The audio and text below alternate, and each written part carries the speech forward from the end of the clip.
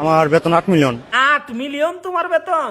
8 মিলিয়নে বাংলাদেশে কয়টা হয় ভাইজান? বাংলাদেশে 37,000। তাইলে ঠিক আছে।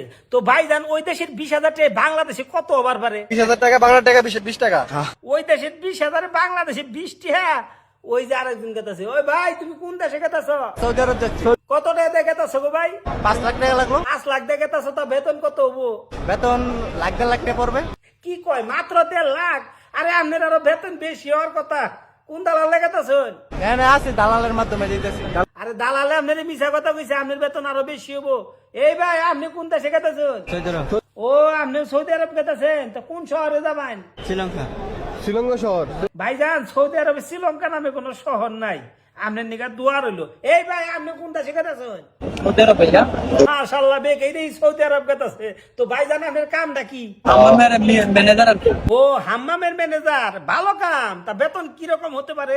ম্যানেজার যেহেতু 1,20,000। 1,20,000? আলহামদুলিল্লাহ, দোয়া রইলো ভাই আপনার জন্য। এ মুরব্বী আপনি কোন দেশ থেকে আইলেন? বিদেশ থেকে আসছি, বিদেশ থেকে তো আইলেন বুঝছি, কোন দেশ থেকে? রিয়াদে। রিয়াদে, তার মানে সৌদি আরব। তো ভাইজান আপনি কত বছর ধরে থাকেন? প্রায় 26-27 বছর।